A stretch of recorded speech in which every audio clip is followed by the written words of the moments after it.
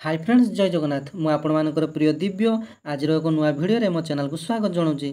तो फ्रेंड्स ओडिशार जो भाई और भौणी मैंने सीटी एंट्रांस को अपेक्षा करते फाइनाली से सीटी एंट्रांस डेट आज घोषणा हो जाइए।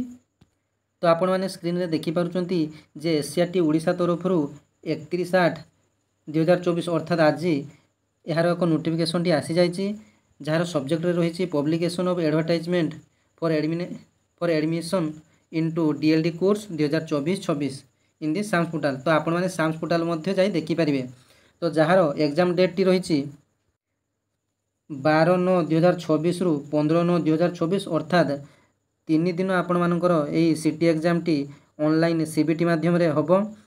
तो जार प्रथम सीटिंग रही बा प्रथम स्लॉट रही 9टा रु 10टा 30 एवं सेकेंड सीटिंग रही 12टा 15 रु 1:45 एवं थर्ड सीटिंग रही 3टा 45 रु 5टा 15 पर्यंत। तो आपण मैंने जानी थे जे सीटी एग्जाम रे आपण मानकर 90 मिनिट रे 90 मार्क रो प्रश्न आसीबो एवं जो थे माइनस मार्किंग रो व्यवस्था मध्य रही।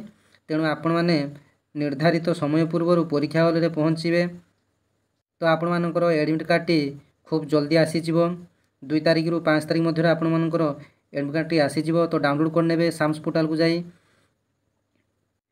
तो आपण मानक पई आ अल्प दिन समय रहिला। तो आपण माने भलो से प्रिपरेशन करंतु एवं आपण माने मु तो आपण मानक मु सजेस्ट करिवि जे आपण माने लक्ष्मीधर सारंकर सब वन शॉट क्लास बा मैराथन क्लास गुड को देखि जानतु बहुत भलो पढ़ांती से।